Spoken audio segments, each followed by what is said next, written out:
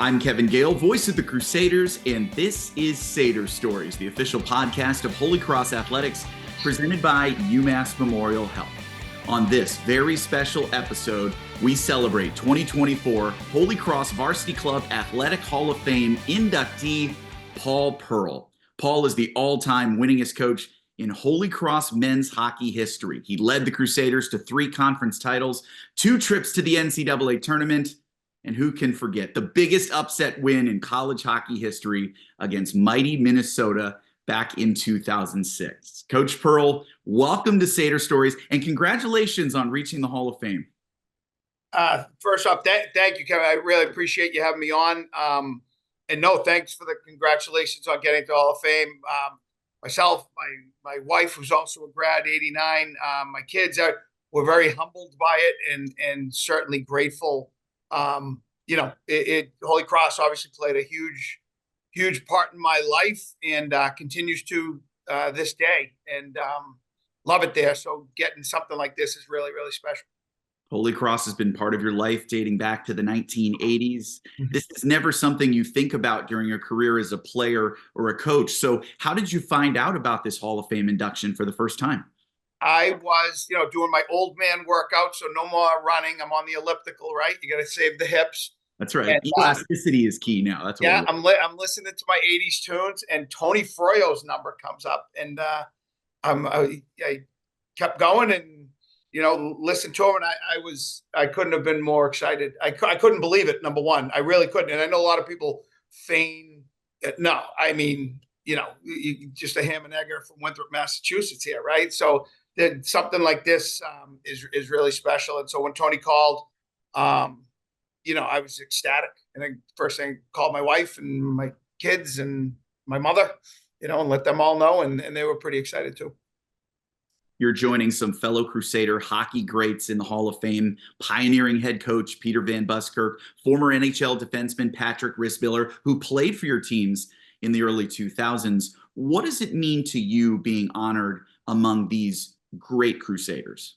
Well, I do think it's an honor of all the teams that I was able to coach, and that's just not the hockey, that's baseball too. Like, all of those guys that I was fortunate enough to be in the foxhole with and leading, they all go in too, in my mind. It's, you can sit there and blow a whistle, but if you don't have players and kids buying in and kind of believing to come to Holy Cross and then go through a lot of the things I did as a player, and then have some success at the end of it, it wouldn't happen. So, I'm happy just for Holy Cross hockey as a whole. I think anytime that our program gets recognition in any way is a huge deal. And this is just another case of that. So, and I'm pretty happy that it's me this time. So it's great. And you really helped shape that Holy Cross hockey program. You built them into a conference champion at the D1 level. It's your alma mater. It's a place you and your wife have called home, dating back all the way to 1985. How did Holy Cross most shape you as a person? I would say values-wise, I come from a family, very tight-knit family, my mom and my brother and sister, and we go to church every week and all, and going to Holy Cross, kind of a natural progression there. And then just meeting the different people and kind of what a great community it was, not just around the sports, but around everything, and all the awesome teachers and people that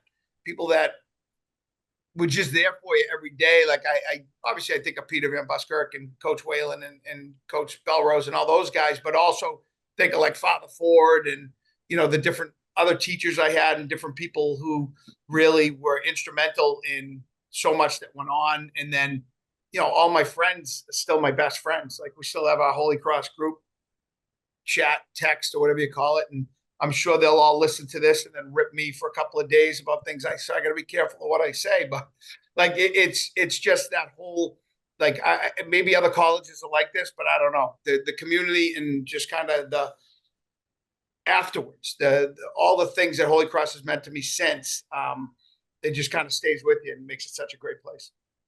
You've got a great connection with old teammates, but let's talk about the players that played for you between 1994 and 2014. You won 297 games here at Holy Cross, more than anyone else. When you look back at that era of peak success, especially back around 04-06, those Atlantic Hockey Championship teams, what was special about that group of players, and how did you get them to new heights in Division One?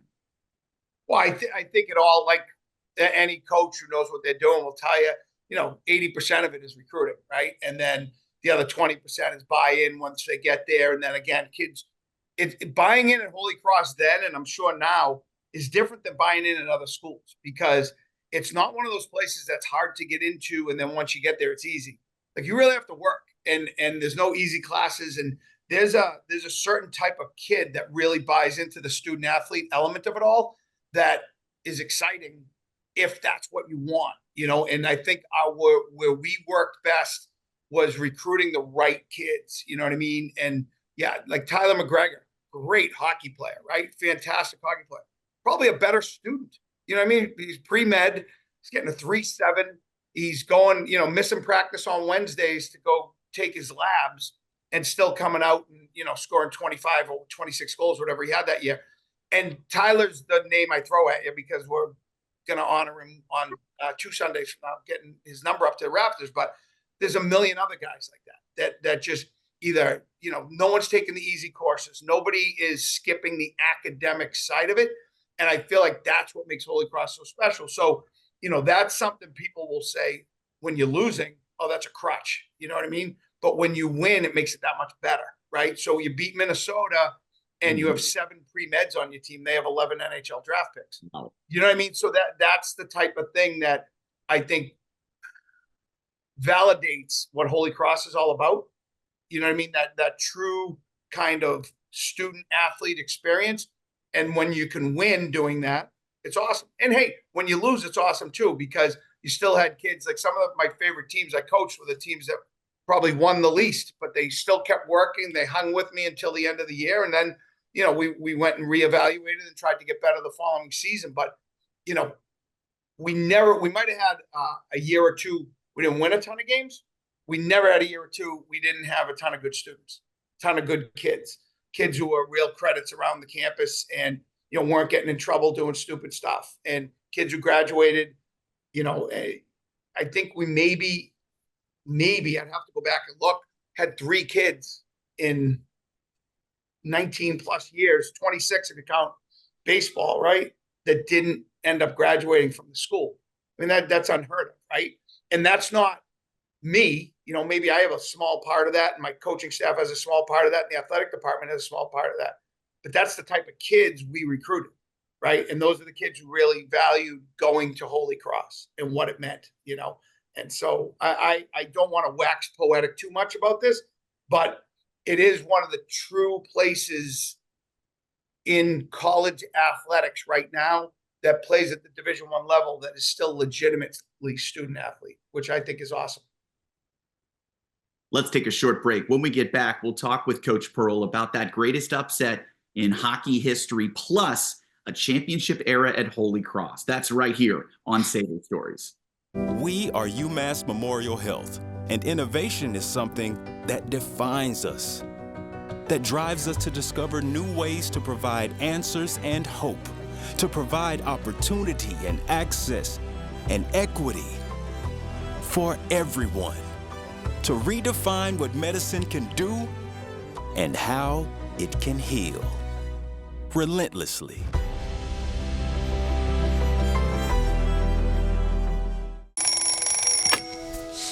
Bacon.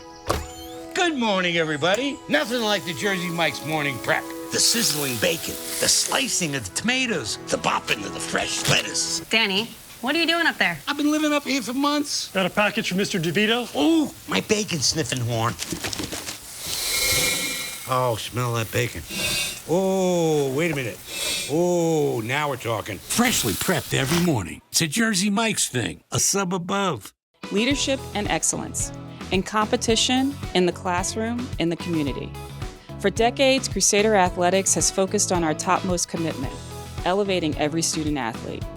To reach for more, to grow more, to achieve more. Help us to continue to strengthen minds, build character, and celebrate together as one Crusader nation. Because when we commit together, we win together. Join us, Crusaders together.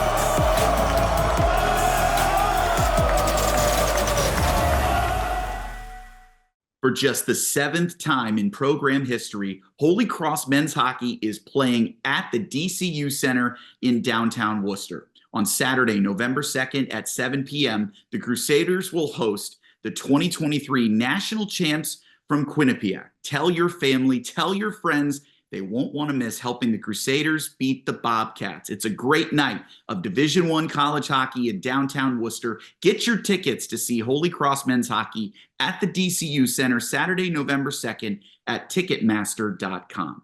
I'm Kevin Gale, voice of the Crusaders, welcoming you back to Sader Stories, presented by UMass Memorial Health. I'm thrilled to be joined by Paul Pearl, the winningest coach in Holy Cross men's hockey history. Coach, let's look back at the 2006 miracle upset against Minnesota. I've got to ask, now almost 20 years later, how often does that upset win over Minnesota come up in conversation as a legacy-defining moment for you in Holy Cross hockey? I think, not all the time, but it certainly comes up more than you would expect, just especially still being in sports and still being in kind of the hockey arena. If you haven't met someone, your first time you meet them and they know kind of your connection to that, it definitely comes up, Before we talk about that game, though, can I throw one thing in? Of course. Huge W, right? But my last year, we beat BC at BC the Friday after Thanksgiving, and we had like 7 or 8 kids injured. Like that, if you look at our record that year, we ended up like, I think, a game over or under 500. But we started like 3-12 because we had all these kids out early. But when we went in and beat BC that day, they were either 1 or 2 in the country, and we were like 3-9, like some horrendous record. And so I want to give those guys, because they always bring it up, I want to give those guys a shout out that were on those teams, like Schmitty and Matt Ginn and guys like that, that was a pretty big win. But I'm sorry, keep going with the with the one against Minnesota. Well, I think you hit on something really interesting, not just about that upset, but also building a program up from D3, D2, D1. Holy Cross had to take huge steps throughout the 80s and 90s to even get to this point for an opportunity against number 2 Minnesota. How did you and your program create the belief and the buy-in that you could pull off a win like this against the college hockey elite? Well, I think 2 things happened there. One, again, go back to what we said in the first segment, like the recruiting, we were doing really well at that point in terms of bringing kids in and having, great student athletes come in. 2, I would say at least half, if not 2/3 of that team was on our 04 team. And in 04, we lost 3-0 to North Dakota. That team was stacked. And excuse me, we learned a lot. And I feel like when we went back the second time, when we went the first time, it was like going to Disney World. I remember like Tony Casada, our goalie, had like the handheld camera and he's taking video coming in. And we saw like Holy Cross up on it was like a Hoosiers moment. You know what I mean? Like you saw Holy Cross up on the billboard and everyone was all excited. Whereas the second time, I'm not saying we went in there cocky. We didn't, but we went in there confident. And I remember even after we won the league title in 06, it wasn't like this epic celebration for winning the league. It was like, okay, let's see what we can do. Because now what's the next step in your evolution? Okay, we've made the NCAA tournament. Now let's see if we can win a game in the NCAA tournament. And so I feel like we went in there at that point, a lot of kids with a lot of experience in having done it 2 years previous. And then obviously, we were, I feel like one thing that always kind of defined our teams, we were disciplined, stay out of the box. And just like bad pitching in baseball or turning the ball over in football or, pick your sport, there's always one bugaboo that can really hurt you. When you have 4 guys on the ice and they have 5, it's not good. If you have 4 and so we were very disciplined. And I feel like staying out of the box always made us a tough out for any good team that we're playing against because they weren't going to get 11 power plays. And therefore, they weren't going to go 4 for 11 on the power play and beat us 4.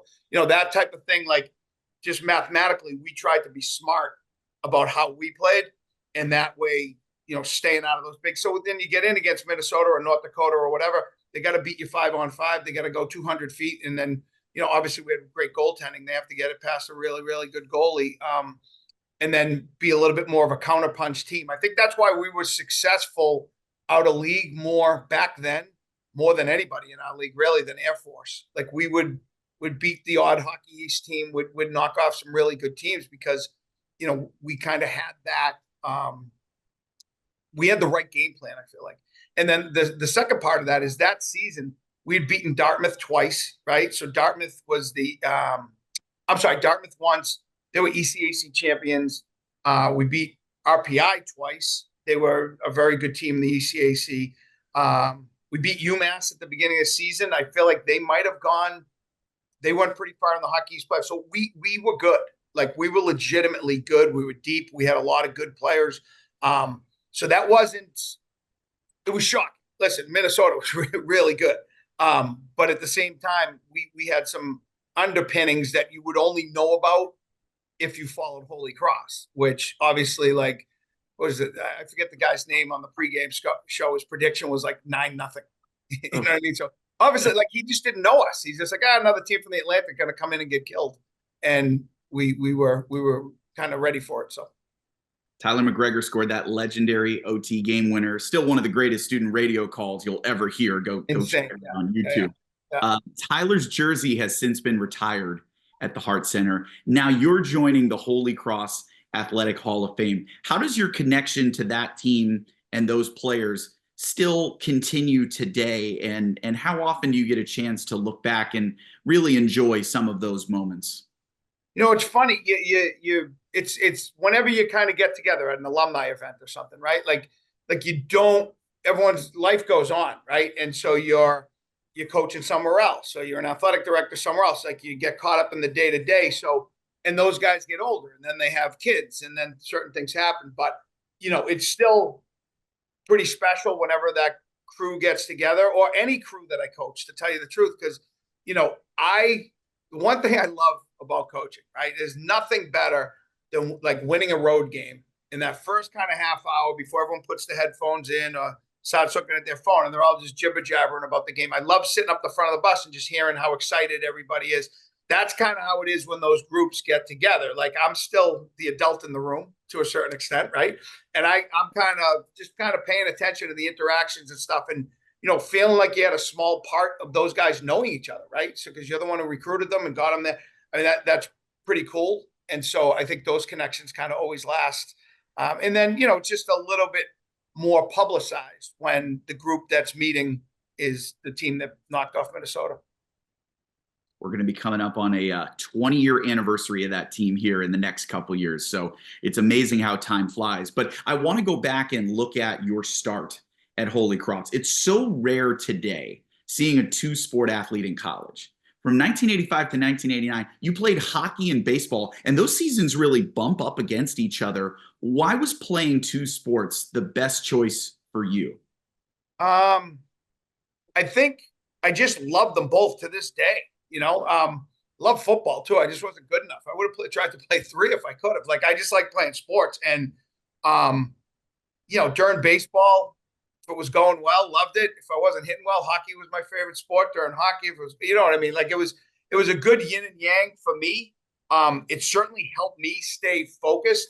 I don't know if I didn't have an event to do all the time that I would have been as good as, like, I wasn't any Rhodes Scholar, but I wouldn't have been as good a student because it really disciplined me to have a time management and all the good things you learn with that. But I feel like that was more that era where you could maybe try to do something like that.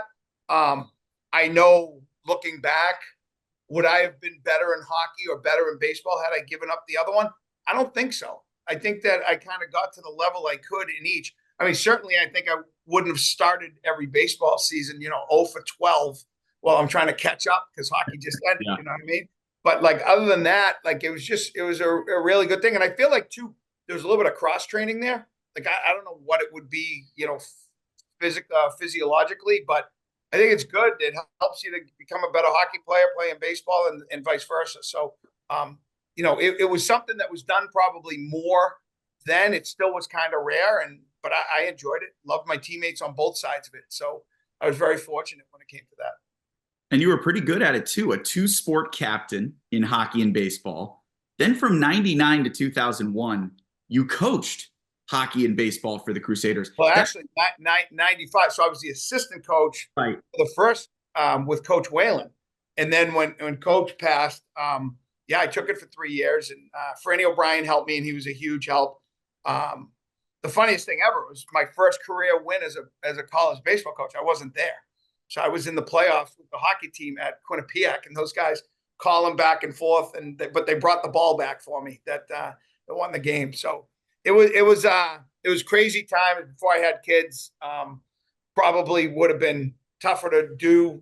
It would be next to impossible to do now with the way it went. But at that time, it just kind of fit, and we did our best. And we had some pretty good baseball teams too. It was fun, really good actually. Because that's when the team had flipped to the Patriot League, and I don't think we had been in the Patriot League playoffs yet to that point. We made it 2 out of the 3 years, and actually the team in the middle was the best team, but it just didn't work out for us that year. But that was a lot of fun. I wouldn't trade that. Those 3 years, for as chaotic and crazy as they were awesome. Like, I loved it. Like, you couldn't get it. Like, it was great. And I'm very fortunate that Mr. Perry, Bill Belrose, all those guys put me in that position. Like they took a leap of faith, and it worked out okay. So I'm very, very fortunate that they did that for me. And you were fortunate to find a coaching path so quickly. I mean, within 5 years after graduating from Holy Cross, you're the head coach of the men's hockey program. Who was most impactful on you as a young coach? And who do you think you really grew into as a coach over time? Who are some of the big influences of your life? Well, I'd say Peter Van Buskirk, Billy Belrose, Jack Whalen. Like, those guys who I played for at Holy Cross were amazing mentors, amazing people. And, to this day, super, super grateful towards them. I was fortunate. I went to Winthrop High School, kind of like a small little town with really, really good sports. And so all my coaches there, like Bob DeFelice, who unfortunately passed on Sunday, he was football coach. Billy Falaska was our hockey coach, and Barry Rosen was our baseball coach. And all those guys were college level coaches that were coaching in high school. And I feel like I learned a lot about, the techniques and things, but also how to run a program. I think in sport of hockey, I loved, you try to model yourself. And I remember reading everything I could about Jeff Jackson. He was the Lake Superior State coach back then, and then is now the Notre Dame coach. But Jeff, I was super impressed with, because you ever been to Lake Superior State? Like, no, nor will you be, right? Or have you? That'd be amazing if you have been. When I was starting out in college hockey, I covered the CCHA. So okay. Covered a lot of ground in Michigan. And you're right, it's a beautiful place, but it's very remote, hard to get recruits there. So you have to do something special to attract and coach talent there. All right, so we're on the same wavelength there. So that I'm like, all right, this guy wins at Lake State. How's he do it? And so, took a lot of what he did, not just system-wise, hockey-wise, but also just how to run a program. Talked to him a lot. Paul Pooley, who was at Providence at that point, was a great friend. Bobby Gaudette, who I worked with at Brown, and Jamie Rice, who's now the Babson coach, who was with us at Brown. Like, all those guys were great to me, and certainly helped me kind of learn the ropes and how to do things. And then, you have your own thoughts in there too, and kind of square them all together, and hopefully it works out. And yeah, it was a lot of fun. I was very, very fortunate, especially in the beginning, to be given opportunities at a young age, and then be given trust to kind of take things further. And, because if you remember, I mean, my year, I would always joke, I had 3 different jobs at Holy Cross. Like, I was a non-scholarship Division III coach. Then I was a non-scholarship Division I coach. Then I was a Division I coach with scholarships. And so it was really 3 ebbs and flows to the program that changed exactly what we were all doing day to day. And that was fun. Like, I really enjoyed the challenge of that, and the support that the school gave me, and to try to kind of head in different directions and try to get it to different levels. So, and that's why it's so rewarding now to see what Dave and now Billy have done afterwards. Like, they continue to kind of evolve the program, and it's really impressive. It's so impressive to see where they are today after such an impactful period that you helped lead. Let's take one last break. When we return, Coach Pearl looks ahead to his Varsity Club Hall of Fame induction speech right here on Sader Stories. Football is back here at City Field in Worcester. Fuller, touchdown!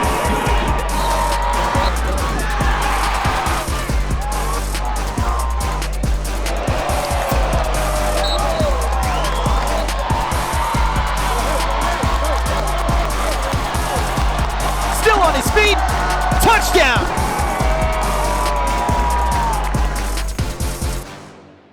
Many financial advisors are commission-based advisors that work for a bank.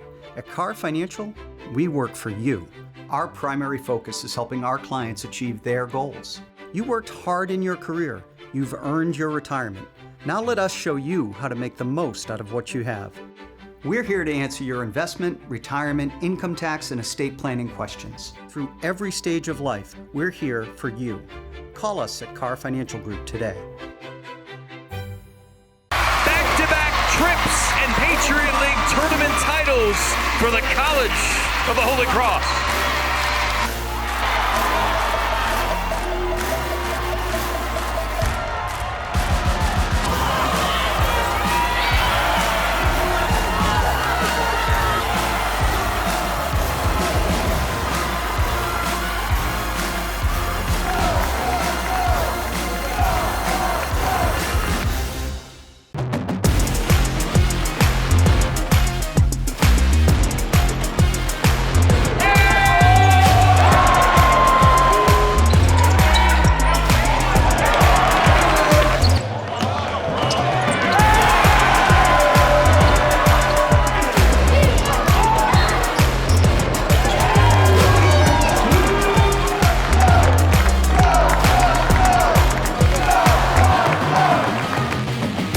Get ready for an action-packed homecoming weekend at Holy Cross. Men's hockey welcomes UConn in the home opener Friday, October 11th, and football plays Patriot League rival Fordham on Saturday, October 12th.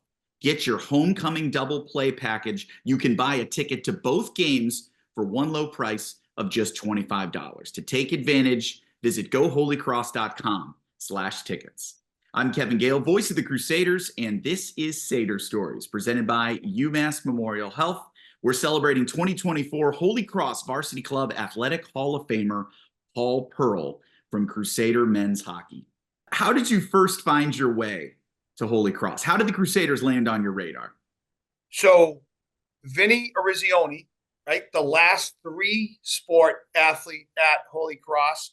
The Arizionis are good family friends of ours. And so I knew about Holy Cross through Vinny. And when we were getting right down to it, my choices were Air Force Academy and Bowdoin. And then Holy Cross kind of came in late, Coach Van Buskirk, and I ended up going up there to visit, walked around, loved it, and then next thing I knew I was coming. So Vinny Arizioni would be my main inroad there. So another crazed sports person from the island of Winthrop, as you call it. And I've been to Winthrop. Sorry about that. What's so fascinating about this period of time where you're coaching two sports, you're building two programs, is the fact that you've got a college sports world that's changing so much, that's growing, that's developing. As you look at where the program is today, what are some of the foundations or roots that you think that you built to help propel where Holy Cross hockey and baseball are today? I don't know if I would be arrogant enough to know that I left anything that would still be around this much longer. I think that what Holy Cross has done is they've hired really, really good people to follow afterwards in both sports. And they've done a nice job kind of putting their twist on things. I think this program will always be rooted in academics. And it's nice that you play sports, and that's great. But in the end, why'd you go to Holy Cross? I went to Holy Cross to get the Holy Cross education, to get the Holy Cross network after I graduate, and to, be a Crusader for life, and I feel like that part will always be there.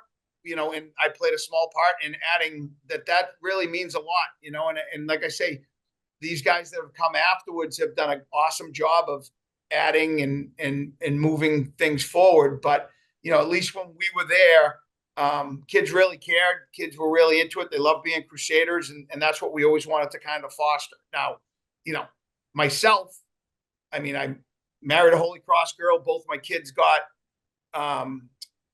their baptisms at Holy Cross. Like, you know what I mean? So not everyone's going to be that much in tune, but you do have to be all in. If you're going to go there, you're going to do the schoolwork and you're going to play hockey there. So, or baseball. And I think that continues to go forward, and that all the people before me, after me, we kind of all buy in on that.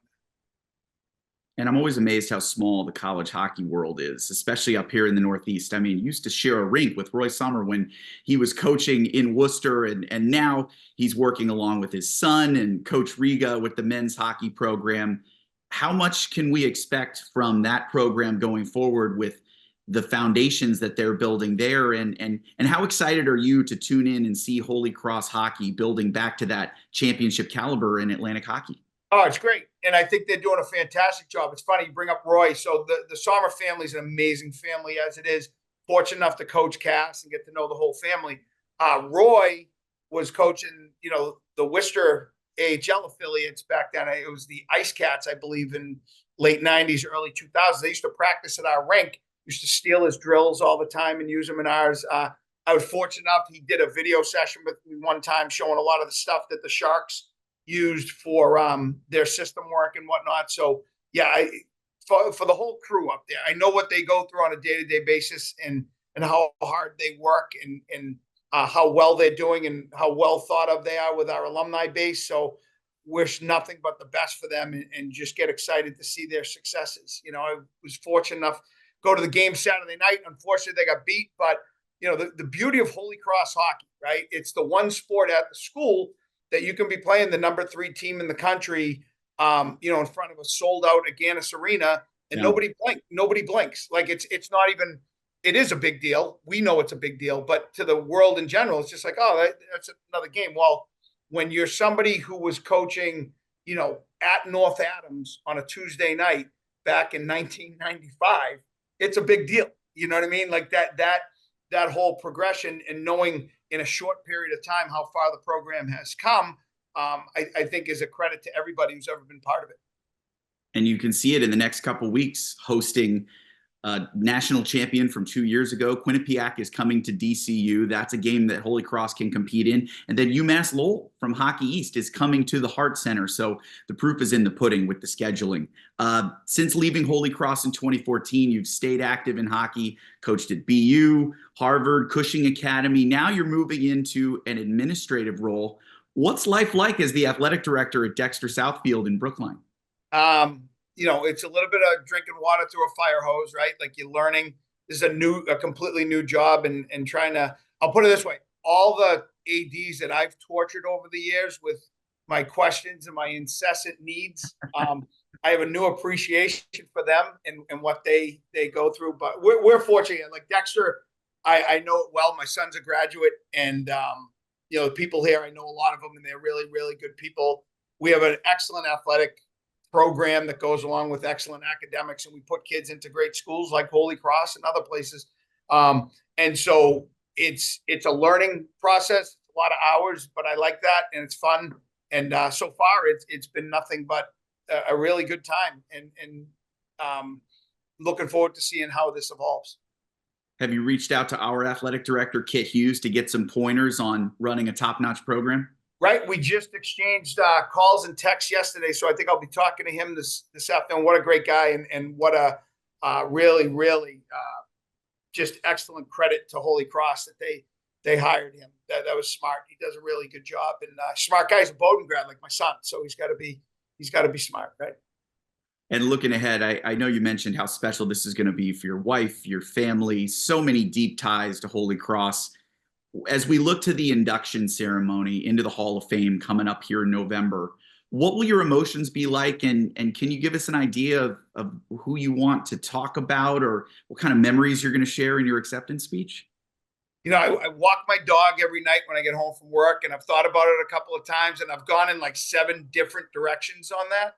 So what do I think? I think that I'll express a lot of gratitude for everybody, and I'll talk a lot about my teammates and a lot about the kids that I coached, and the different people who helped me along the way.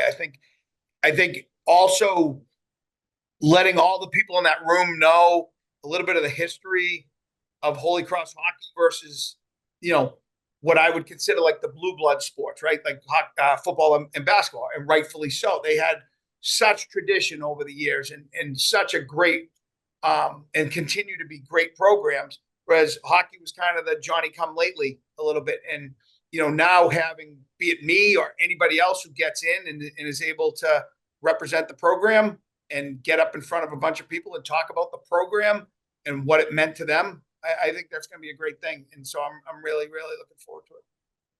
Paul, this has been great. Thank you again for joining us. I can hear in your voice, even today, as you tell these stories and relive these memories, that you really are a Crusader for life. Absolutely, Kevin. Absolutely. Congrats again on reaching the Hall, and we'll look forward to hearing that speech this November. All right. Thank you, Kevin. Great talking to you. You as well. And my thanks to everyone for tuning in. We'll be back soon with another episode of Sader Stories, celebrating more of our 2024 Holy Cross Hall of Fame class. Until then, we ask you to tell your fellow Crusaders about Sader Stories. It's available anytime on SoundCloud, Apple Podcasts, and Spotify. And if you love hearing these stories from Crusaders, leave us a 5-star rating and review. That's it for this episode. Thanks again for tuning in. I'm Kevin Gale. Go Cross Go.